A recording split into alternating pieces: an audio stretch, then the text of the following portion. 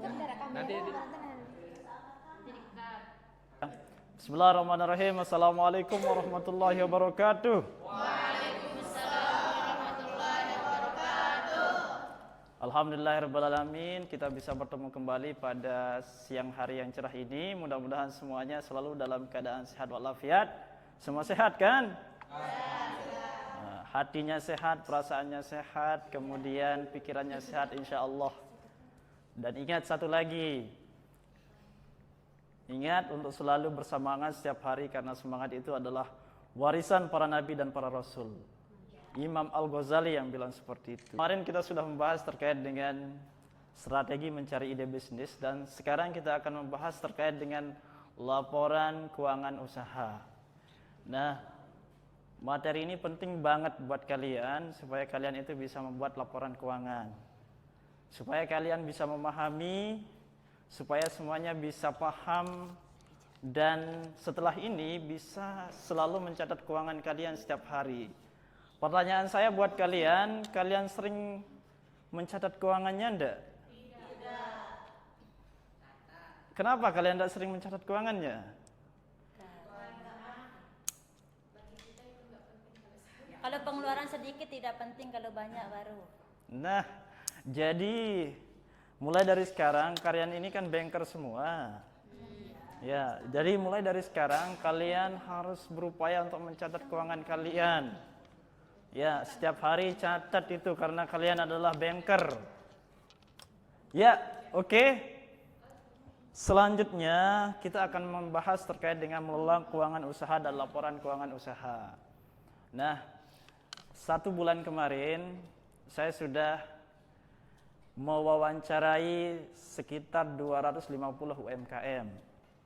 Nah, kebetulan pada saat itu kan saya sebagai fasilitator untuk pelatihan UMKM di 10 desa.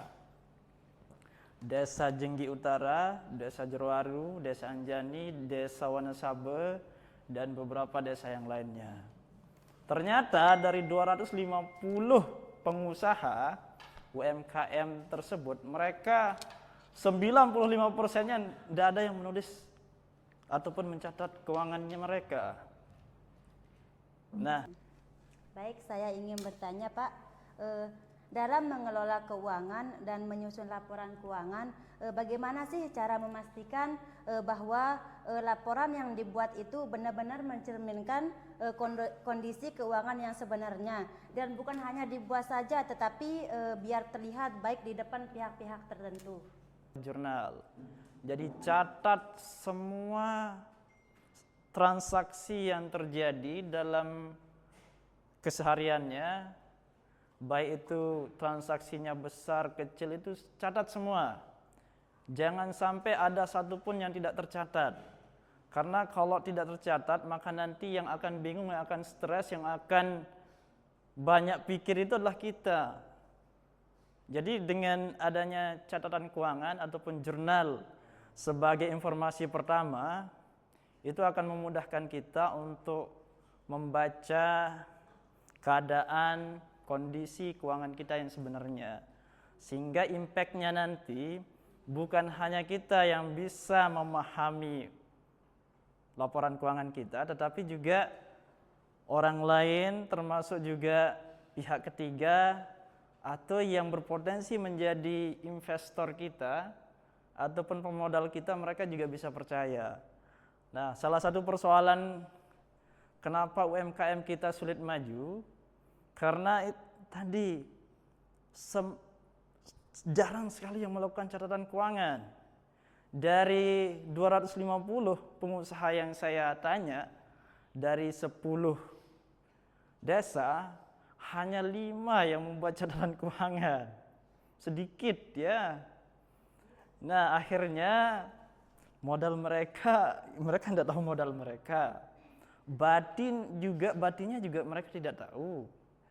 Terus lagi yang ditemukan modalnya, barangnya hanya itu saja, tidak ada perkembangan. Jadi itu persoalannya. Sehingga akses permodalan, kemudian potensi untuk menarik pemodal ataupun investor itu kurang karena tidak ada catatan laporan keuangan. Nah, jadi sebagai langkah yang bisa dilakukan agar bisa mencerminkan keuangan usaha kita yang sebenarnya, yang pertama itu kita harus catat setiap transaksi pada usaha kita keseharian. Itu harus dicatat. Buah dari itu adalah kita bisa membuat laporan laba rugi. Nah, ini bentuk dari laporan keuangan sederhana yang bisa diterapkan oleh UMKM agar mereka bisa membuat catatan keuangan yang baik. Nah, jadi untuk naik kelas, pertama kuncinya adalah catat setiap transaksi keuangan dan kemudian buat laporan laba rugi. Siapa yang sudah berbisnis di sini? Investor sudah ada Indonesia. Insya Allah ya, bagus pertanyaannya. Ada beberapa tantangan UMKM dalam keuangan. Yang pertama itu adalah pencampuran keuangan pribadi dan keuangan usaha. Nah, ini masalah yang sering terjadi di pengusaha UMKM. Mereka tidak mencatat keuangan mereka. Akhirnya yang terjadi itu sama persis seperti peribahasanya orang tua kita. Kalian tahu peribahasanya enggak? Pete bati telangkam bulan. Tahu mekanisme? Nah, cari untung ternyata modal habis. Nah, itu karena mereka itu tidak memisahkan antara keuangan pribadi dan keuangan usaha. Kalian itu setiap hari mencatat keuangannya enggak? Enggak. Nah, dari sekarang, apalagi kalian ini kan banker, terus perempuan juga kan. Kalian harus pastikan setiap hari itu harus catat keuangan kalian. Kalau misalnya punya uang sekarang, biasanya kalian sisihkan dulu atau gunakan dulu baru sisihkan? Gunakan dulu. Istighfar. Nah, makanya ini salah satu yang harus diperbaiki. Kedepannya kalian seharusnya mensisihkan dulu, baru kemudian menggunakannya. Nah, ada buku, salah satu buku yang keren banget yang seharusnya dibaca. Nah, dalam mengelola keuangan, baik itu untuk pengusaha dan semua kita, pertama itu kalau misalnya punya uang sekarang, jangan lupa sisihkan untuk investasi. 10%-nya untuk investasi, 10%-nya untuk tabungan, 10%-nya untuk 10%-nya untuk sedekah, dan 70%-nya kalian bisa gunakan untuk shopping ataupun kebutuhan sehari-hari. Nah, itu rumus manajemen keuangan yang berlaku dari dulu sampai dengan sekarang. Kemudian persoalan selanjutnya terkait dengan UMKM ini, dalam keuangan mereka itu kurangnya pencatatan. Nah, kenapa mereka kurang pencatatan?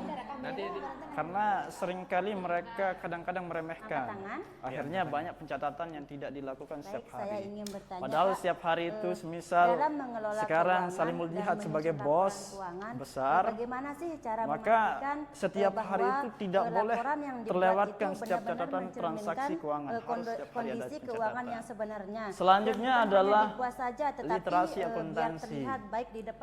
Nah, sebenarnya sih ada laporan keuangan sederhana yang bisa dibuat oleh pengusaha, khususnya setiap catatan itu harus dicatat, maka itu bisa menjadi salah satu bentuk ini laporan yang bisa dibuat dalam akuntansi sederhana. Nah, kemudian yang ketiga ini keterbatasan waktu. Kadang kita itu sok sibuk, kadang kita itu banyak sekali pikiran, banyak sekali yang harus dikerjakan. Akhirnya kita merasa tidak punya keterbatasan waktu, tidak punya waktu untuk mencatat keuangan. Padahal sesibuk apapun kita sebenarnya bisa meluangkan waktu walaupun sebentar untuk catatan keuangan.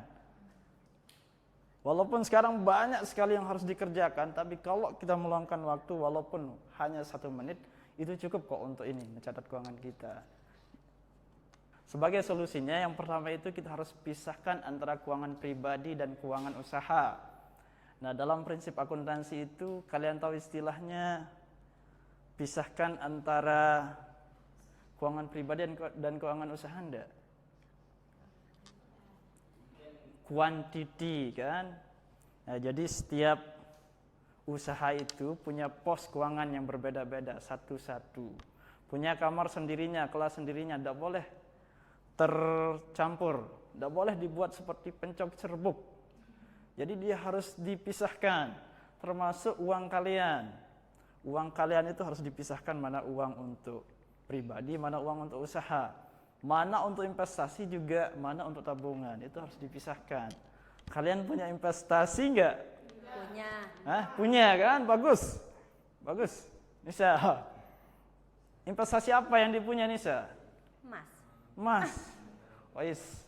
Apalagi sekarang kalau yang kemarin itu emas itu kan selalu ini naik kan? Tahun berapa mulai investasi emasnya? Baru-baru sih Pak. Baru-baru. Ya. Nah, dan sekarang itu emas kan sedang kadang turun kadang naik. Tapi sekarang memang sedang turunnya dan harganya sekitar 2.600.000 kalau emas antam. Oh ya. Kalau emas antam. Ya. Kalau emas perhiasan berapa?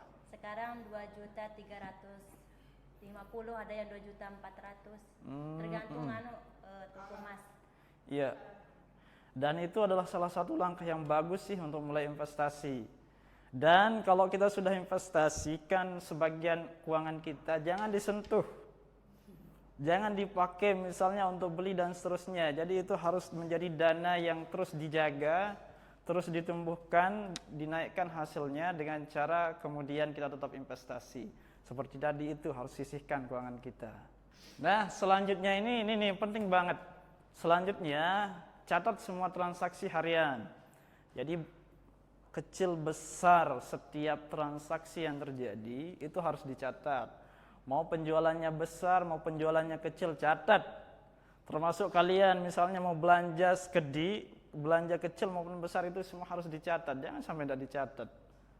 Nah, supaya seperti tadi itu, jangan sampai kita bertujuan, jangan sampai pelaku usaha itu bertujuan mencari untung, tahu-taunya buntung.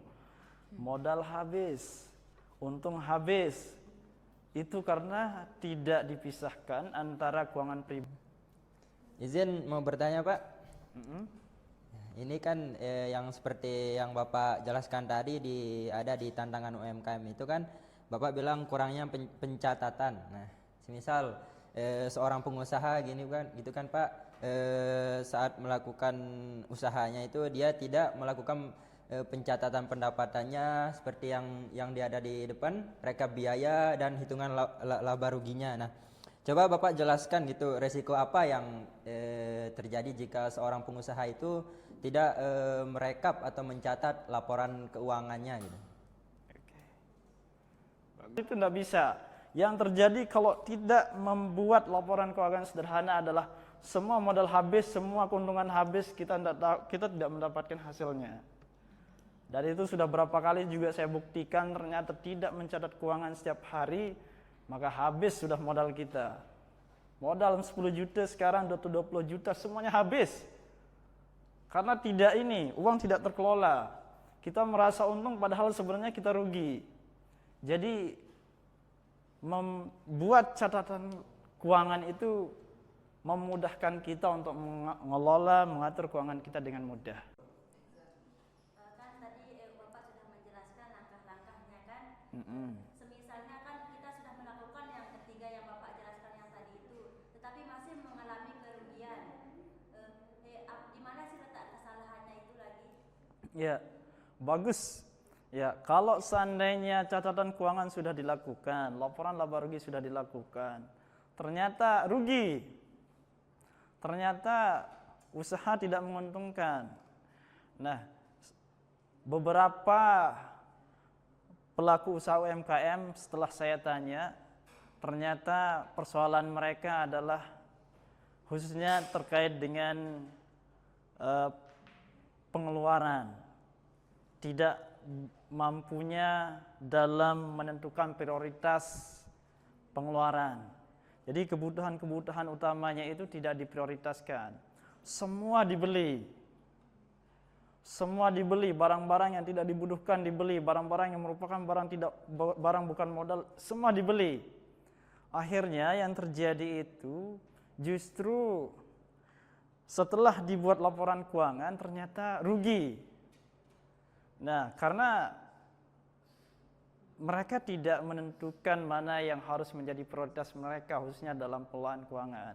Sehingga semua dibeli, semua dikeluarkan untuk mendapatkan aset yang sebenarnya tidak perlu dibeli. Akhirnya setelah dikalkulasikan, ditotalkan ternyata minus, rugi. Jadi sebagai pengusaha, nah UMKM itu perlu untuk menentukan prioritas mereka, kebutuhan prioritas. Kalau tidak ada prioritas, maka uang itu bisa habis. Bagus ya pertanyaannya, Khairunisa. Kemudian pertanyaan dari Salimul Jihad, coba juluan.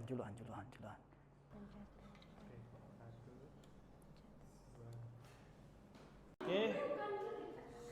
Ya, agar lebih jelasnya ini akan membantu kalian untuk bisa lebih memahami terkait dengan laporan laba rugi. Nah, ini seru sekali videonya. Yuk, kita bahas bersama.